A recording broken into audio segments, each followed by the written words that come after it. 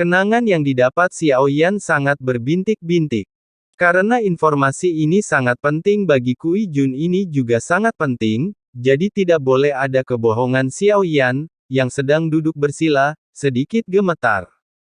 Bahkan jika ratu dikalahkan maka seluruh situasi sensi tidak terbayangkan, Taixu mampu bertahan hingga saat ini, dan menyerang begitu banyak dunia kekuatannya secara alami jauh melampaui imajinasi Xiaoyan. Tapi apa yang harus dia lakukan sekarang? Kembali ke sensi. Dengan kekuatannya saat ini bahkan jika saya kembali ke sensi, apa yang dapat saya lakukan? Dalam ingatan Kui Jun, Ratu menghilang dunia para dewa kuno telah dikalahkan namun dia tidak jatuh, dan dunia dewa kuno tidak runtuh. Dengan kecerdikan Ratu, dia harus mempunyai rencana cadangan. Jika dipikir-pikir baik-baik, kekalahan ini mungkin tidak benar. Taixu telah menyerbu, mundur adalah cara untuk maju. Ratu mungkin mencoba menundaku lebih lama lagi. Xiaoyan dengan cepat menjadi tenang, dia tahu tidak ada gunanya merasa cemas sekarang meski kekuatannya menjadi lebih kuat lagi. Tapi Xiaoyan lebih tahu sebelum saya dapat menerobos keabadian Tuhan, bahkan tidak memenuhi syarat untuk ikut perang, 6 dari alam dewa kekacauan identitasnya telah dikonfirmasi. Dia adalah Raja Suci Qiansu dari dunia Taixu, dan menurut satu orang, dia hanyalah mantan raja. Kekuatannya tidak dapat diduga tidak cukup, tidak ada yang cukup, apa yang sudah dilakukan sudah selesai. Kekhawatiran berlebihan Xiaoyan saat ini hanya akan mempengaruhi hati Taonya. Tenang saja dan terus bergerak maju. Sekarang Xiaoyan hanya bisa memilih untuk percaya pada Ratu karena jika dia kembali ke sensi sekarang, ini sama sekali tidak berpengaruh dan tidak dapat mengubah situasi apapun. Pikiran Xiaoyan perlahan menjadi tenang. Mencoba mendapatkan lebih banyak kenangan, Kui Jun namun karena jaraknya yang terlalu jauh sangat sulit untuk dapat melihat, melintas dunia seperti ini juga menghabiskan hati dan jiwa Xiaoyan. Pada saat yang sama, setelah Xiaoyan memulihkan pikirannya, saya baru saja merasakan niat membunuh yang dingin menghampiri saya. Rasakan arah niat membunuh. Kekuatan jiwa Xiaoyan segera mengunci Ning Yao, tampaknya selama percakapan, masih tidak bisa disembunyikan dari Ning Yao. Dia sudah tahu bahwa orang yang membunuh Tianxun adalah salah satu dari 3, Xiaoyan. Karena memakai topeng jadi niat membunuhnya adalah untuk menyelimuti keempat orang tersebut termasuk Zhonggu, hanya saja niat membunuh tersebut hanya bersifat sesaat. Ning Yao tidak berani terlalu mencolok. Lagi pula, dia tahu bahwa ketiga raja di Kompas lebih kuat darinya. Ketika saya mengetahui bahwa orang yang membunuh Tianxun sebenarnya adalah langkah ke-6, Ning Yao tidak bisa memahaminya lebih jauh lagi. Setelah memikirkannya, dia mengalihkan perhatiannya ke Nuyin. Bagaimana mungkin? Bagaimana Tianxun dibunuh?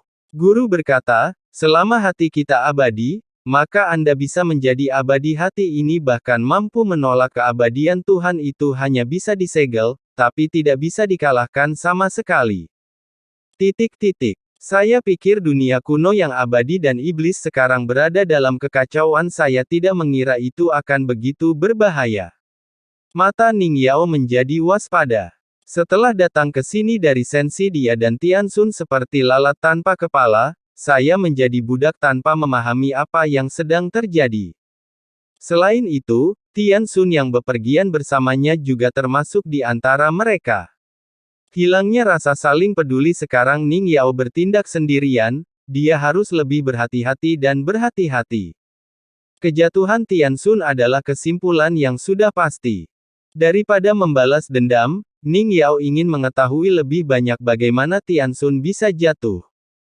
Tapi Ning Yao masih harus menghilangkan tanda budaknya terlebih dahulu. Carilah ciptaan agar Anda dapat menerobos keabadian Tuhan. Hanya dengan cara ini Anda dapat memiliki kekuatan untuk memikirkan segalanya. Sambil berpikir, Ning Yao perlahan menjadi tenang.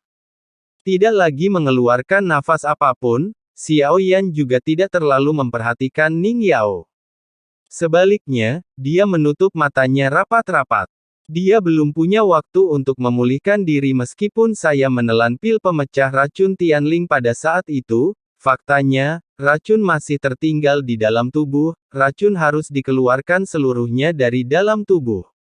Anda harus terlebih dahulu memulihkan kekuatan tiga hati api. Saat Xiaoyan menutup matanya, kekuatan abadi terus mengalir ke tubuh Xiaoyan dari semua sisi. Membunuh langkah ke-9 masih terlalu berlebihan. Hampir seluruh energi dalam tubuh tersisa. Xiaoyan menghela nafas panjang. Itu hanya dapat dipulihkan secara bertahap. Seiring berjalannya waktu, Anda harus berusaha sebaik mungkin untuk pulih, sebelum tiba di gerbang kuno.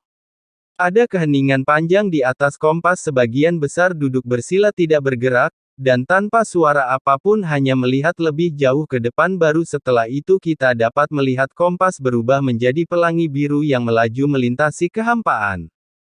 Sambil melewati beberapa bintang, Xiaoyan akan membuka matanya melihat bintang-bintang ini. Mereka hanya memancarkan fluktuasi mereka, jauh lebih rendah dari sensi perang yang dialami dunia kuno abadi dan iblis saat ini, bahkan lebih serius daripada perang di sensi. Karena sejumlah besar orang kuat dari dunia lain telah berdatangan, seluruh sumber daya dunia disebarkan dan dirampas. Jika keadaan ini terus berlanjut seperti ini, dunia kuno abadi dan iblis pada akhirnya akan hancur.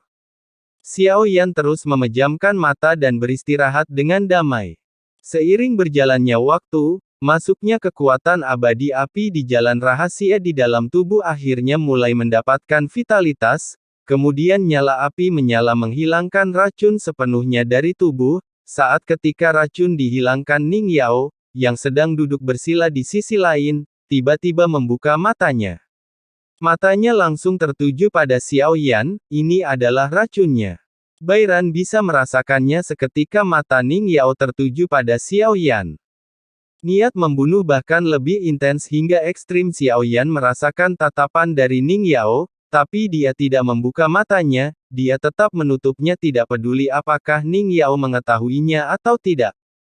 Xiaoyan harus membersihkan racunnya. Menyimpannya dalam waktu lama akan menyebabkan kerusakan pada tubuhnya. Jadi tidak ada cara untuk mengungkapnya, dan kini Ning Yao masih memiliki tanda budak di lehernya. Xiaoyan tidak perlu khawatir jika Ning Yao bertindak gegabah. Apalagi kematian Tianxun, saya tidak sepenuhnya yakin Ning Yao akan berhati-hati.